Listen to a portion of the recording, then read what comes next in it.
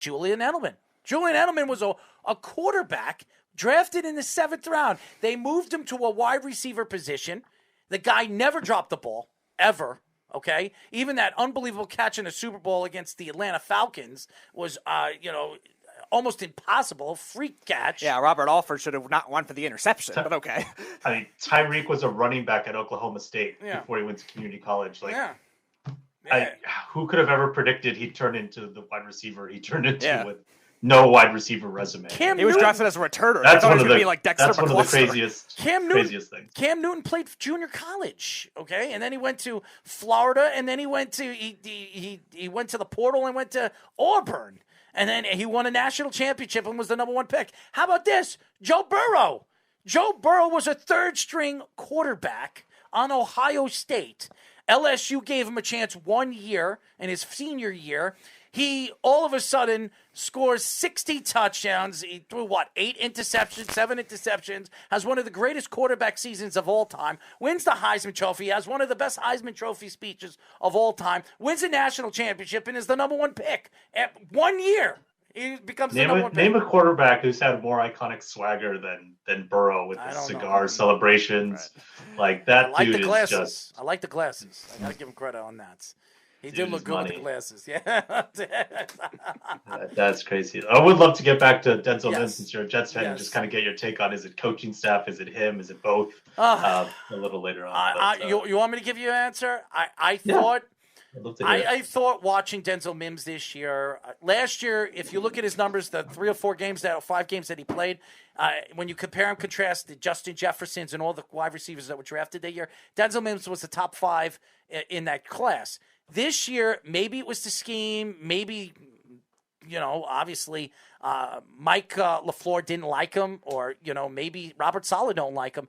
They kind of lost him in the shuffle. He came in because of injury, and the guy just couldn't catch. How many times do we see the Jets get him the ball in the end zone? He just couldn't catch the ball. And that's alarming to me when you have a guy that can run a 4.3, 6'3", and they said he can. I think his jumping at the combine was one of the best. Jumping, long jumps we've seen a wide receiver have in almost 10 years. And when you have that kind of athletic ability and you can't catch the ball, you're a waste. And I think that he needs to go to another team that fits his fits his strengths. But honestly, I as of right now, he's a bust. It looks like he's going to be a bust. I don't know. I don't know what you thought of him, but it looks like he might be a bust. There's no Jets helmet, so it must not have been one of his huge ones. He wasn't. These are the guys that I was most high on in each of their respective classes. He wasn't one of those guys. He was one of those guys that I'm like, he passes the test, but it was just barely. He's okay. If I can get him on my fantasy team, great. But am I going to reach for him, trade for him? No. If it doesn't land to me, I'm fine. Before I get to my question, I just wanted to emphasize, because we mentioned Larry Fitzgerald, one of the greatest stats of all time. He has more tackles in his career than drop passes. I don't know if you've heard that one before. Oh, wow. Oh. Yeah. I wanted to move off of the receivers. I wanted to go to a guy that's a very interesting prospect in Kyle Hamilton, a guy that a lot of drafts experts are saying is the best safety prospect we've seen in a very long time. And I wanted to ask, because safeties aren't really getting drafted as high, even though if they're thought of as these great overall prospects. We saw that with Landon Collins in 2015. We saw with Derwin James in 2018. Malik Hooker in 2017 fell to the middle end of the first round. So with somebody like Hamilton, do you still see him going top 10, even with it being devalued, or do you think he'll fall back maybe to a later pick? I think in this draft, anything's possible because you just don't have those elite talents. I think there's a couple of tackles and then a couple of edge rushers that are at the very top. And then after that, it is a crapshoot. So I think taking a safety that high is probably not the best idea. But if he's the best player available in this draft, I can totally see it happening. It just brings back so many, who's the safety on the Seahawks right now, Adams, right? The guy you guys traded away. Mm-hmm. He's fine, but was he worth what the Seahawks gave up and you guys completely fleeced them? No. So, I can see it happening, but this draft is just right now. This draft seems so weak. without any top quarterbacks, like elite quarterback play. Don't say that, because every time they say this, it's a weak draft. The draft becomes one of the best drafts in 10, 15. I'm telling Except you. 2013. Yes. Right. Besides that. I mean, if that happens, hey, you can have me back on the show and roast me for it all you want. But all right. I'll put that on my list. Yeah. Add it to the freezing cold takes. But You'll man, just looking at it right now is. Don't do that. Don't do it. Man, who do you take? Like, I guess Matt Corral as the best quarterback at the moment. I thought it was Howell, but I saw Lance Zierlein's tweets yesterday where he had him as a third, fourth rounder based off the film, and that really caught me off guard. And he's a film guy I really respect and trust, and he's got his ear on the ground and he's got the inside info, and so that was surprising. I don't know how you guys feel about Sam Howell, but I'm not crazy about him either. I would take Carroll. I think Matt Carroll's probably the best quarterback in this draft. I don't want the Pickett kid. I don't trust that Pickett kid. No. Yeah, I hate Pickett. Well, I shouldn't say hate. I just, as a prospect, he's someone I would. Hate's a strong word. What was that? Hate's a strong word. Yeah. So I'm backpedaling on that. Well, if you don't like somebody, you don't like them. But yeah, it's just Pickett for, I think he's 5 years in the. I'm going to quickly look up his. Yeah, I think so. With the extra year, he got the fifth year because. Yeah, he got the fifth year, and it was 4 years of just subpar play, like guys that when. So I do a model for quarterbacks too, and that profile is like, all right, yeah, I'd draft him late day 3. Sure. But you're going to give me the 1 year fluke after 4 years of consistently bad play? Yeah, I think Kenny Pickett's a landmine. Don't tell that to Jordan Addison. You might not get a helmet.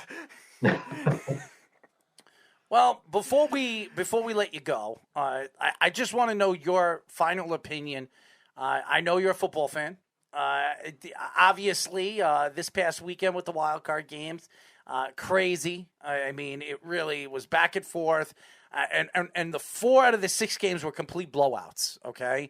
And the 2 games that were very, very close, 1, the Cowboys, and 2, the Bengals, the Bengals and the Oakland, well, not the Oakland, Raiders. The Vegas Raiders. What game really stood out to you, and were you surprised about something that happened this weekend that threw you off for where the football was with the wild card games? So I'm a 49er fan. So that game was wild. What a crazy finish. But the game that threw me off the most was the LA Rams versus the Cardinals. I was just really expecting that to be a close game. I had the Rams winning, but I did not expect Kyler Murray to come out and just forget to play how to play football. I don't know what he was doing out there. He looked completely lost. I think by the third quarter, I was like, and I'm going to go do something else. This isn't even worth watching because I just thought, here's what they're going to play for the 3rd time this year. So I think they each won 1. That's how it played out. And so I really thought it would be a close game and it would be really fun and exciting for the fans to watch. And it just fell flat. Who do you got going to the Super Bowl and who do you have winning? Well, I can't bet against my 49ers, so I'm going to go with my 49ers, and I'm going to go with the Bills. Bills for a while, so you're another Bills. It's the Steve Berman Super Bowl. Oh, look at you! Or Chris Berman Super Bowl. Chris Berman. Chris Berman. I will say this. A lot of people are picking the Bills. And if the Bills knock off Kansas City, a lot of people are going to pick them to be the favorites of coming out of it if Tennessee can win against the Bengals. I think I think with Derrick Henry, if he's 85, and they're saying he's 95% ready to go, if that's the case, I mean, how could you bet against Derrick Henry and the Tennessee Titans with A.J. Brown and Julio Jones? But with Kansas City still there, the Bengals and Joe Burrow, and then obviously the other team over there, which a lot of people are taking to go to the Super Bowl, Bills. I mean, it could be really, really fun next 2 weeks to really figure out who's going to go to the Super Bowl and who's going to represent the AFC. So you're a 49ers fan with no Ayuk helmet with all those wide receivers? Yeah. Or Debo. Or George Kittle. Well, George Kittle's. It was an expensive one. I'm trying to get I've been saving up to get Jerry Rice first. Like, okay. Get one first. It's going to be Jerry That's Rice. fair. Then it's going to actually be Kittle because he's just my favorite player on that team. Okay. I mean, I think he's just one of the best personalities in all the NFL. I met George Kittle 3 years ago in Miami. Very, very tall, very tall, and very big hands. Okay, so. A very nice guy. Very, very nice guy. And he was growing his hair out, and he has even longer hair now than he did then. So Kyle Juszczyk also grew his legend status by getting slimed after the game, too. Kyle Juszczyk. I'll talk to you about this real quick, Miguel, because no one else ever gives crap when I say it. Kyle Juszczyk is the most underrated player in all of football. I would agree. When they gave him the contract they did when he initially signed with San Francisco, I was like, how are we paying a fullback in this day and age that kind of money? What in the world? But he's been, a leader, worth every penny of it. I mean, has he ever done anything like bad? No. Bad to swing the game in the opposite direction? No. It's always been a great play. He's a great route runner. He's decently fast. Yeah, he's always comes up clutch when you need him. He's never put the ball on the ground. He's never done missed the key block, at least not that's noticeable to the. I don't think he's ever missed a block. Yeah, I probably looked at the price tag and had the same reaction I did. You also have to look at the Ravens letting go of Darren Waller and look what he's done with the Las Vegas. In the Ravens' defense, they are usually a cycle of fullbacks. They went from our guest of the show, Ovi Muhaley, to LaRon McClain, to Devontae Leach, to Juszczyk. And by the way, the person the guy they got now is pretty good. By the way, the DT guy. The person that discovered Waller was John Gruden. He was the one that discovered him. He was sitting there at practice. I remember I watched a whole documentary of it. He was sitting there at practice, and he said, "Who's that guy?" He says, "Oh, that's Darren Waller." And then right after the game in the press conferences, they went into the locker room and they told Darren he was traded to the Oakland Raiders. And that was it. He was on the practice squad, right? So I think they just poached him from it. He was practicing on the field. He wasn't even playing in the game. And John Gruden was there watching the kicker, and he saw this guy, this big, tall kid, running on the sidelines and said, "Who's that kid?" And they said, "Oh, that's Darren Waller." And I'm telling you, the story was right after that game, they went right into they called him into the locker room, the coaches, and the coaches said, "Well, Darren, you're getting traded to the Raiders." And I knew the practice part of the story. I didn't realize it happened in the same day, though. Same day. It was right in the same day. Darren says right after the game, he was told by the coaches he was traded. He was traded to the Oakland Raiders, and that's the real story. And obviously Darren has his own, his great fortune for everyone around there. Absolutely, and the background of Darren Waller with the drugs and the abuse, and really changed his life around. I give Darren Waller a lot of credit. And he's one of the top 3 tight ends in football. So fantastic story for a fantastic kid. What do you make it sound like he is? Who's better than Darren Waller?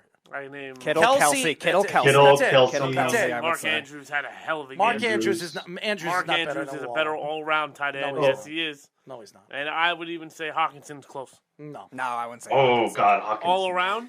Stop looking at receiving stats. There's more to it than just going out there and catching the ball. Right. You guys are I'm coming in from a fantasy lens, so you're right. Come on. Darren Waller couldn't block you. I won't argue that. Darren Waller is one of the best tight end blockers in the league. What are you talking about? You're wrong. You're just saying that's not true. Not true. Yes, he is. He's a great blocker. That's not true. Really? It's not true? That's not true. Darren Waller's not a great blocker. Look it up. You look it up. I don't have to. I know he is. You're wrong. I know he is. Why would I look up something I know already? You don't know because half the things that you say you know, you're wrong. So it's I'm 50-50. That's a pretty good bet. Right now, 50-50. Okay, so what are you willing to bet? Okay, because just look it up. No, I'm not going to look it up. Why am I going to sit here and look it up when I already know the answer to it? God. Darren Waller is a good blocker. He is a good blocker. He's a good two-way player. He could be a 40% blocker. You'd be like, that's good. He's definitely better than 40%.